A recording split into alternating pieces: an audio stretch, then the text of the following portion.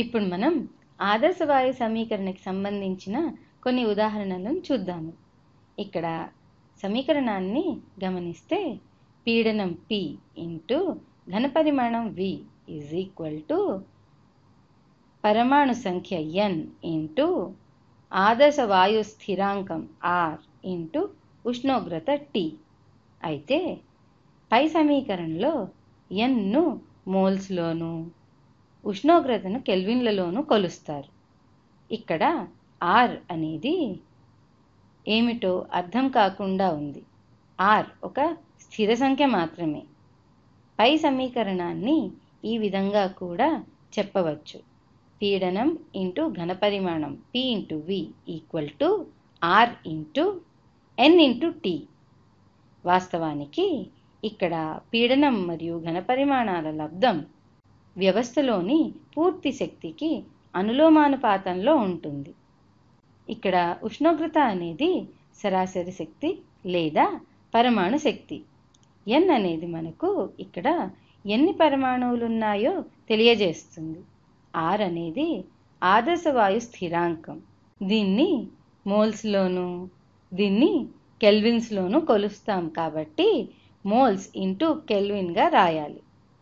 P into V అంటే ఒక ప్రామాణిక వైశాల్యంపై ప్రయోగింపబడే బలము ఇంటూ ఘనపరిమాణం అంటే బలాన్ని దూరంతో గుణిస్తున్నాం కాబట్టి దీన్ని జౌల్స్గా చెప్పవచ్చు. అయితే ఆదర్శ వాయు స్థిరాంకం R ఏమి చేస్తుందంటే ఇది దీంతో అనులోమానుపాతంలో ఉండేలాగా చేస్తుంది. అంతేకాకుండా కొలమానాలు సరిగ్గా పొందేలా చేస్తుంది. అదే ఇది.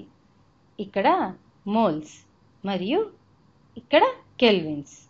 ఇక్కడ పీడనాన్ని అట్మాస్ఫియర్లలోనూ, ఘనపరిమాణాన్ని లీటర్లలోనూ లేదా బార్స్ మరియు మీటర్ క్యూబ్స్ లేదా కిలోపాస్కల్స్ మరియు మీటర్ క్యూబ్లలో కొలుస్తారు. ఎలా కొలిచినా పర్వాలేదు. పీడనం యొక్క ప్రమాణాన్ని ఘనపరిమాణం యొక్క ప్రమాణంతో గుణిస్తే అది జౌల్స్కు సమానం అవుతుంది. ఇది ఈ రెండిటి మధ్య అనువాదం. అంతేకాకుండా ఇది అనులోమానుపాతాన్ని సూచిస్తుంది. ఇప్పుడు కొన్ని సమస్యలను సాధిద్దాం. ఆక్సిజన్ O2ను గ్రాముల్లో చూద్దాం.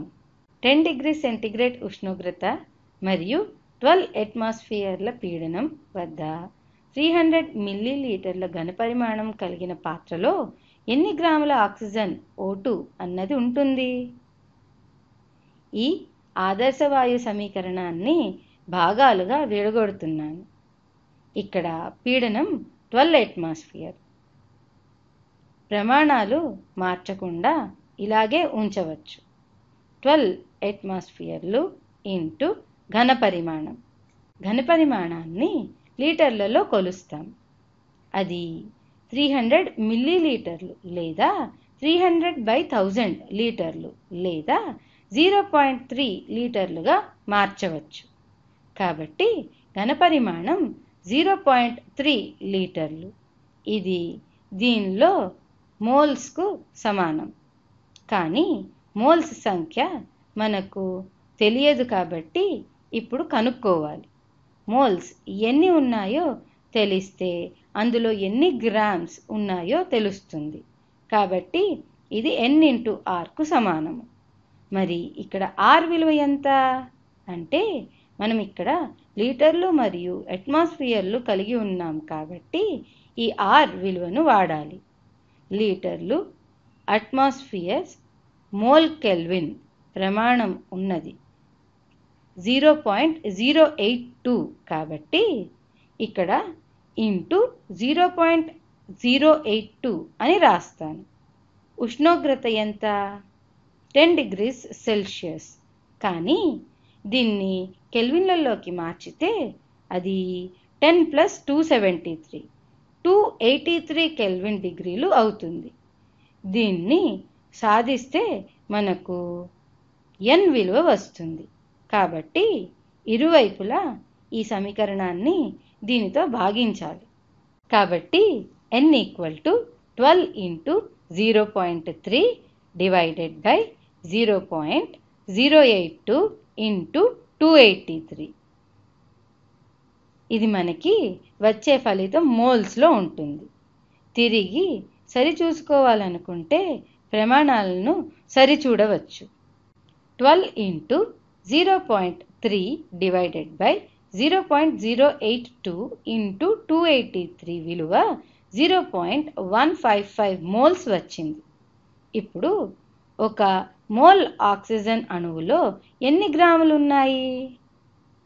ఇది ఒక మోల్ ఆక్సిజన్. మనకు ఆక్సిజన్ పరమాణు భారం తెలుసు కదా, అది 16.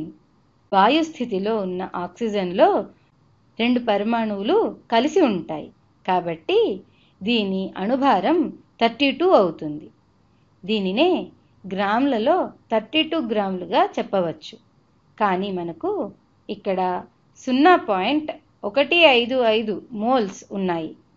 దీన్నే గ్రాముల్లోకి మారిస్తే మనకు కావలసిన సమాధానం వస్తుంది.